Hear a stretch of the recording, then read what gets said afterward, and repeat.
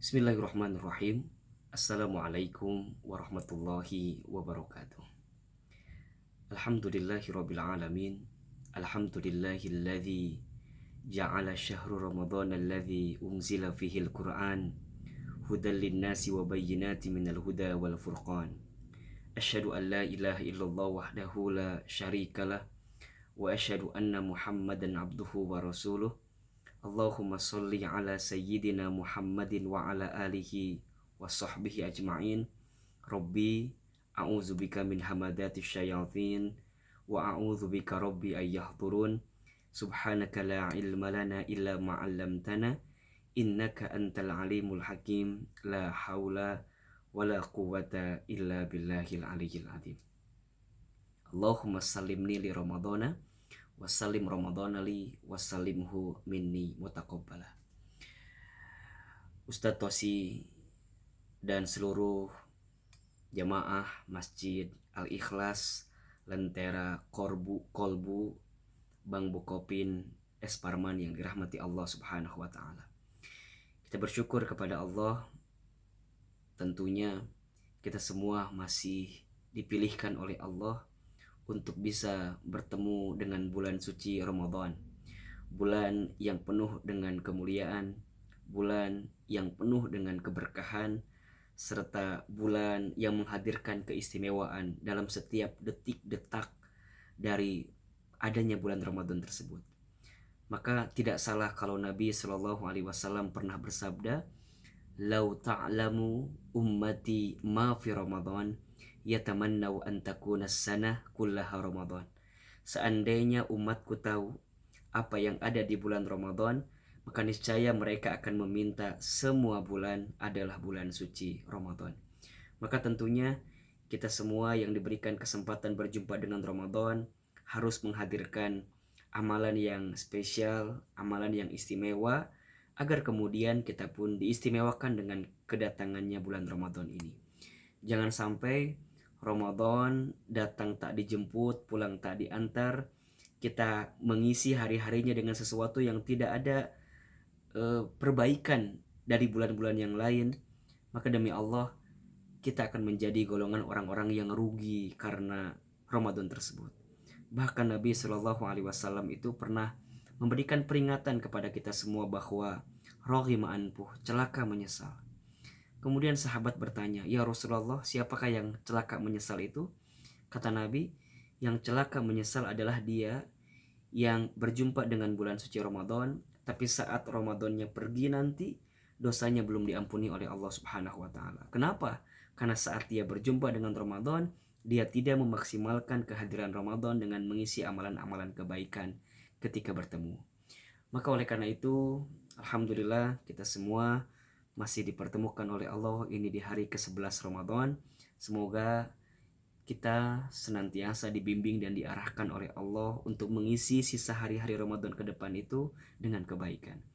Wabil khusus Ramadan kita tahun ini agak sedikit berbeda karena kita juga sedang menghadapi wabah pandemi COVID-19 yang membuat Ramadan kita berbeda daripada Ramadan kita yang sebelumnya. Tapi percayalah, selalu ada hikmah di balik musibah, selalu ada hal positif dari sesuatu yang barangkali tidak mengenakan dalam kehidupan kita. Nah, kalau Ustadz melihat sisi positifnya adalah Ramadan tahun ini kita diberikan kesempatan untuk lebih banyak berkumpul dengan keluarga kita. Masya Allah, kita sebagai suami mungkin bisa sekarang imamin taraweh untuk keluarga kita. Para istri juga sekarang bisa ngecek, bisa ngetes bagaimana kemampuan bacaan Quran suami kita. Allahu Akbar. Sudah puluhan tahun kita bersama di rumah tangga, mungkin belum sempat sholat berjamaah. Dan di tengah Ramadan kali ini yang bertepatan kita menghadapi pandemi COVID-19, ternyata itu ada sisi positif, ada sisi hikmah yang bisa kita bangun dari keadaan ini. Semoga kita semua menjadi orang-orang yang mampu mengambil hikmah dari setiap kejadian, karena apapun masalahnya, yang paling penting dan berharga adalah saat kita mampu mengambil hikmah dari setiap kejadian itu. Maka sungguh beruntunglah orang yang ditimpa musibah, orang yang diberikan persoalan, dan dia bisa menangkap pelajaran apa yang sedang Allah titipkan melalui musibah tersebut.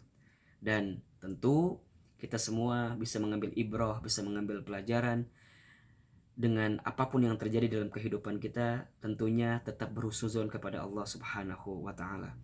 Dan Ustadz barangkali tidak apa ya, ya saya nggak nggak nggak habis pikir gitu sebenarnya kalau kalau seandainya Ramadan tidak datang dalam kehidupan kita bertepatan dengan datangnya musibah COVID-19 ini, barangkali kita akan hampa menjalani hari-hari ini gitu. Tapi percayalah, walaupun kita stay at home, kita masih bisa mendapatkan kebaikan-kebaikan. Ya walaupun barangkali ada di antara para pegawai, karyawan, teman-teman Bang Bukopin yang masih bekerja ke kantor, ya bekerjalah dengan baik, jaga kesehatan, tetap waspada, ikutin protokol kesehatan yang dianjurkan. Insya Allah, ikhtiar terbaik, doa terbaik, di bulan terbaik, dengan cara terbaik, insya Allah, Allah akan menyelamatkan kita semua. Bapak Ibu yang dirahmati Allah, jamaah Masjid Al-Ikhlas Lentera Kolbu Bang Bukopin S. Parman yang dirahmati Allah. Pada kesempatan kali ini Ustadz coba akan bahas satu tema yang menarik, yaitu andai ini Ramadan terakhir untuk kita. Kalau boleh Ustadz tanya kepada hadirin sekalian, kira-kira Ramadan tahun ini masuk Ramadan yang keberapa dalam kehidupan kita? Mungkin kalau boleh saya tebak, ada yang barangkali di antara hadirin ini Ramadan yang ke-50 kali. Ini Ramadan yang ke-40 kali, atau mungkin ini Ramadan yang ke-30 kali dan seterusnya. Pertanyaannya adalah, dari sekian kali berjumpa dengan Ramadan, apakah Ramadan itu berdampak tidak dalam kehidupan kita sehari-hari? Apakah Ramadan itu memberikan sesuatu yang merubah kita menjadi pribadi yang lebih baik dalam kehidupan atau tidak? Ya jangan-jangan dalam setahun kita berjumpa dengan Ramadan, sampai kemudian Ramadan itu berpisah, ternyata nggak ada efek apa-apa dalam kehidupan kita. Nah, di antara faktor yang membuat kenapa Ramadan itu datang dan kemudian pergi tidak menghasilkan dampak yang maksimal, salah satunya adalah karena kita tidak mampu memaksimalkan hari-hari Ramadan itu dengan sesuatu yang terbaik di hadapan Allah Subhanahu wa taala. Misal contohnya begini. Kalau kita membedah ayat Ramadan dalam Al-Quran, sebenarnya ayat Ramadan dalam Al-Quran itu terangkum dari surat Al-Baqarah ayat 183 sampai dengan 188. Saya ulangi ya. Ayat Ramadan, jadi rangkaian ayat Ramadan itu yang di dalamnya berisikan dengan amalan-amalan yang perlu dihadirkan oleh seseorang yang bertemu dengan Ramadan, itu ada di surat Al-Baqarah ayat 183 sampai 188. Mohon maaf lahir batin, banyak di antara kita kalau membedah ayat Ramadan itu biasanya hanya dibatasi pada Al-Baqarah 183 saja. Ya, dan ini ayatnya sudah sangat famous banget gitu. Kita sangat kenal. Bahkan saking hafalnya, ketika ada imam yang membaca ya ayyuhalladzina amanu, langsung kita respon kutiba alaikumusiyam gitu. Padahal belum tentu si imam teh baca ayat tersebut. Tapi ya nggak masalah gitu. Hanya barangkali pemahaman kita terkait dengan ayat Ramadan harus benar-benar optimal dan maksimal gitu. Nah, Ustadz Hilman, dari rangkaian ayat itu sebenarnya Allah Subhanahu wa taala sedang memberikan gambaran kepada kita tentang amalan-amalan yang harus dihadirkan ketika bulan Ramadan. Ketika kita menghadirkan amalan-amalan yang disebutkan dalam rangkaian ayat-ayat tadi, maka insya Allah kita akan benar-benar menjadi pribadi yang beruntung ketika masuk bulan Ramadan itu. Nah, maka berkaitan dengan tema, seandainya ini Ramadan yang terakhir, maka Ustadz dari hati yang paling dalam ingin memohon, meminta dan mengajak hadirin sekalian untuk maksimalkan amalan-amalan yang Allah mention dari ayat-ayat Ramadan di atas. Nah, pertanyaan selanjutnya Ustadz Hilman, apa di antara amalan-amalan yang harus kita hadirkan ketika bulan Ramadan? Oke, ada 5 yang paling mudah. Pertama, tentu ibadah puasa. Ini disebutkan oleh Allah dalam Al-Quran, Al-Baqarah 183. Ya ayyuhalladzina amanu kutiba alaikumusiyam kama kutiba alal ladzina min qablikum la'allakum tattaqun. Wahai orang yang beriman, diwajibkan untuk kamu sekalian berpuasa sebagaimana aku perintahkan kepada kaum terdahulu agar kamu menjadi orang yang bertakwa. Lihat kalimatnya. Puasa di sini itu menggunakan kalimat ma'rifat, ada alif lam di awalnya, asyam. Oke. Maka yang dimaksud puasa di sini yang akan melahirkan ketakwaan adalah puasa yang spesial. Nah, puasa yang spesial itu yang seperti apa? Diturunkan dalam hadis, man soma ramadhana imanan wa ihtisaban ghufira lahu ma taqaddama min danbi. Puasa yang spesial adalah puasa yang melahirkan atau menghadirkan iman dan penuh pengharapan kepada Allah Subhanahu wa taala. Termasuk karena puasa itu maknanya adalah junnatun, artinya benteng, maka yang harus kita pastikan saat puasa bukan hanya menahan lapar dahaga, tapi bagaimana mengontrol setiap emosi, mengontrol setiap apa yang haram, mengontrol setiap apa yang maksiat dan dosa di hadapan Allah untuk tidak kita lakukan. Jika itu yang terjadi dari puasa yang kita hadirkan, maka insya Allah kita akan mendapatkan gelar tatakun di ujung puasa Ramadan kita. Nah, mohon maaf, berarti premisnya adalah jika hari ini kita sudah berpuasa Ramadan, tapi belum nampak sisi ketakwaan dalam kehidupan kita, karena barangkali selama ini kita berpuasa hanya sekedar menahan lapar dan dahaga saja. Dan itu pun yang kemudian Nabi prediksikan dalam sebuah hadisnya, kam min sha'imin laisa lahu min siyamihi illa al-ju'i wal atas. Berapa banyak orang yang berpuasa yang mereka dapatkan dari puasanya hanya lapar dan dahaga saja. Maka pertama, amalan yang harus kita sempurnakan ketika Ramadan adalah puasa Ramadan. Nah, apalagi sekarang barangkali mungkin kita tidak terlalu sibuk kayak sebelumnya kan, karena nggak keluar rumah, nggak panas dan segala macam.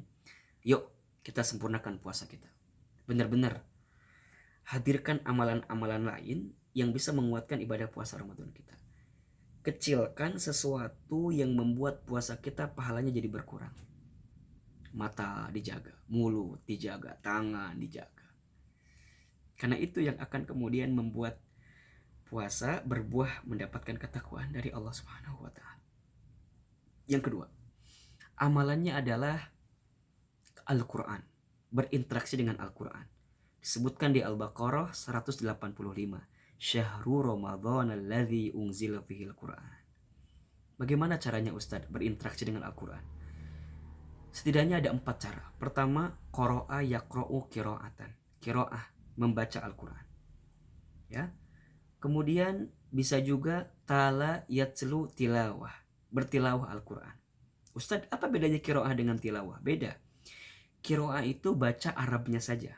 Contoh misalnya, A'udzubillahi minasyaitonirrajim. Bismillahirrahmanirrahim. Alif lam mim.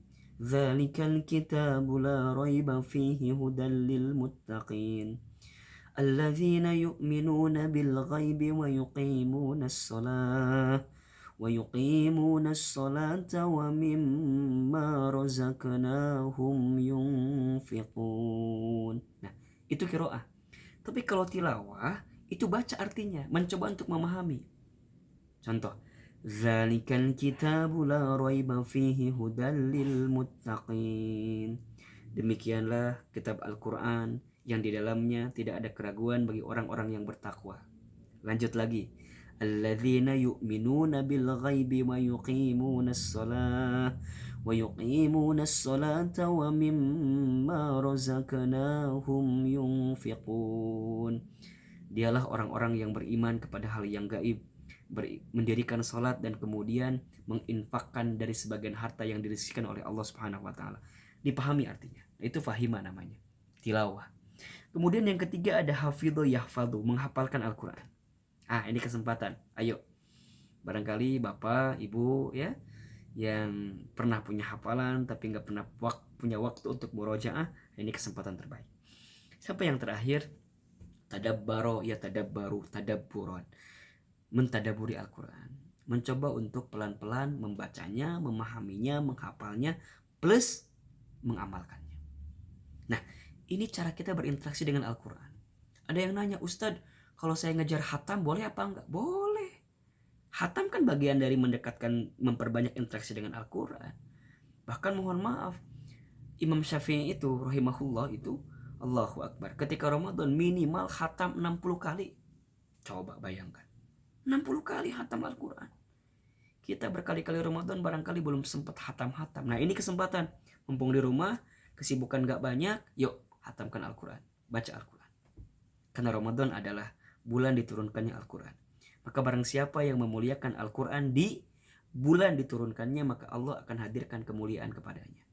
Dan percayalah Bapak Ibu semua, apapun dan siapapun yang menempel dengan Al-Quran, maka otomatis dia akan menjadi mulia.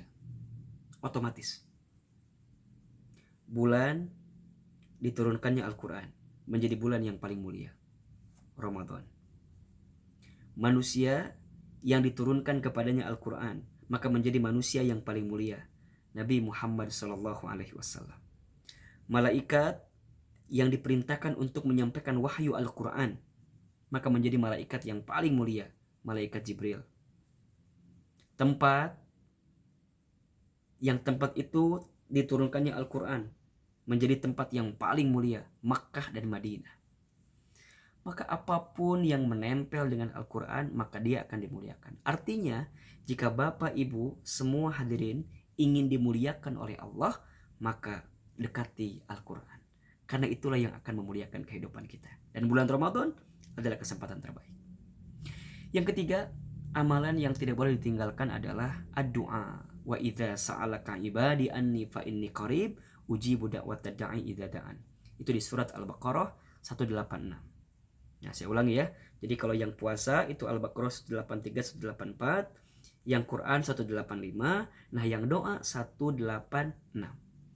Bapak Ibu ingat, salasun da'watun la turad. Ada 3 doa yang tidak akan tertolak. Pertama, da'watul mazlum, doa orang yang dizalimi. Yang kedua, da'watus shaim, doa orang yang berbuka puasa dan dia berpuasa.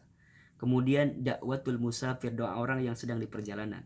Allahu Akbar. Saat Ramadan ini kesempatan terbaik untuk banyak berdoa kepada Allah Subhanahu wa taala. Maka ayo yang sudah berumah tangga berdoa agar kemudian rumah tangganya sakinah mawaddah warahmah. Yang berkeluarga, punya anak, minta anak yang soleh. Dan yang paling penting adalah minta ampun kepada Allah. Ya, yang berkarir, yang bekerja barangkali selama ini masih ya Allah gitu ya, masih mencari karir terbaik gitu. Minta sama Allah, minta ditunjukin bagaimana caranya ya Allah, agar hamba bisa meniti hari-hari selama kehidupan dunia ini dengan sesuatu yang paling baik di hadapanmu ya Allah. Bulan doa. Yang keempat, amalan yang tidak boleh ditinggalkan adalah al-qiyam, salat.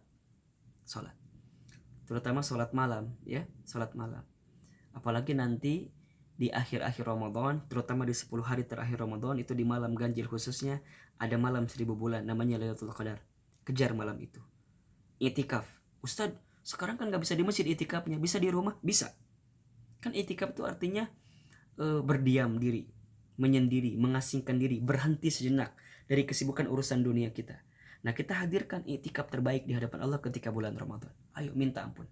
Di rumah kita siapin satu ruangan, misalnya kamar, sibukkan di situ dengan beramal soleh, beribadah, baca Quran, ngaji, baca buku, berzikir, terus.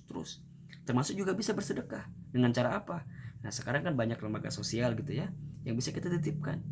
Dan di saat malam-malam itu, al-qiyam. Nah, sampai yang terakhir berkaitan dengan urusan harta, al-mal di Al-Baqarah 188-nya.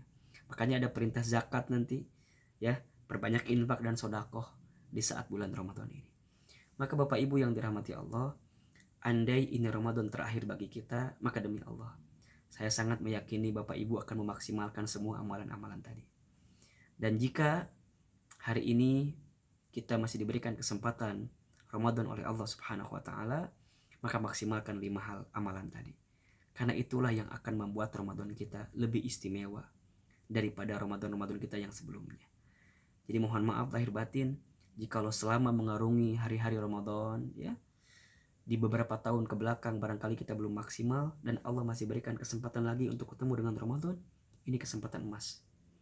Karena ketahuilah, kalau Allah memberikan jatah waktu kepada kita, itu alasannya 2. Pertama, karena Allah tahu dosa kita banyak, sehingga Allah berikan kesempatan kepada kita untuk segera minta ampun kepada Allah. Atau yang kedua, karena Allah tahu amalan kita masih sedikit dan belum cukup untuk bisa menjadi bekal kelak berjumpa dengan Allah Subhanahu wa taala. Dan Ramadan adalah waktu terbaik untuk memperbaiki semuanya. Yuk, ini kesempatan emas untuk 3M. Satu, bermuhasabah. Ya, yuk coba kita lihat, renungi diri sendiri, apa nih kekurangan kita, apa yang menjadi dosa dan maksiat kita gitu. Kemudian yang kedua, bermuraqabah, serius mendekat taat kepada Allah. Dan yang ketiga, bermujahadah, benar sungguh-sungguh kalau sudah mendekat kepada Allah. Yakinlah, siapapun yang serius mendekat kepada Allah pasti dia akan bahagia. Tapi siapapun yang menjauh dari Allah pasti dia akan menjadi pribadi yang sengsara. Semoga Allah mengumpulkan kita dalam kebaikan, dan semoga Allah menguatkan kita di sisa hari-hari Ramadan ke depan untuk memaksimalkan ibadah-ibadah kita. 5 amalan tadi. Puasanya sempurnakan, baca Qur'annya dihadirkan, kemudian minta kebaikan doa-doa dari Allah Subhanahu wa taala, kemudian qiyam, itikaf, kejar malam Al-Qadar, dan juga kita minta sama Allah agar Allah memudahkan dalam urusan harta kita. Jangan gelisah, jangan khawatir. La yukallifullahu nafsan illa usaha. Tidak akan mungkin Allah memberikan beban kepada kita kecuali Allah tahu kadar kemampuan kita untuk mengatasi persoalan tersebut. Terima kasih banyak Ustaz Tosi dan seluruh jamaah Lentera Kolbu Masjid Al-Ikhlas Bang Bukopin Esparman. Terima kasih. Semoga Allah berikan kesempatan kepada kita untuk berjumpa kembali setelah corona ini selesai. Dan kita berdoa kepada Allah, semoga musibah yang hari ini datang dalam kehidupan kita segera selesai, dan kita semua bisa menatap hari-hari ke depan dengan kebaikan, dengan perbaikan, dan dengan sesuatu yang berkah di hadapan Allah Subhanahu wa taala. Wabillahi taufiq wal hidayah. Semangat terus, salam untuk keluarga semuanya. Mohon maaf lahir batin jika banyak kesalahan apa yang saya sampaikan, karena yang benar dari Allah, yang salah dari saya yang banyak dosanya. Wabillahi taufiq wal hidayah. Assalamualaikum warahmatullahi wabarakatuh.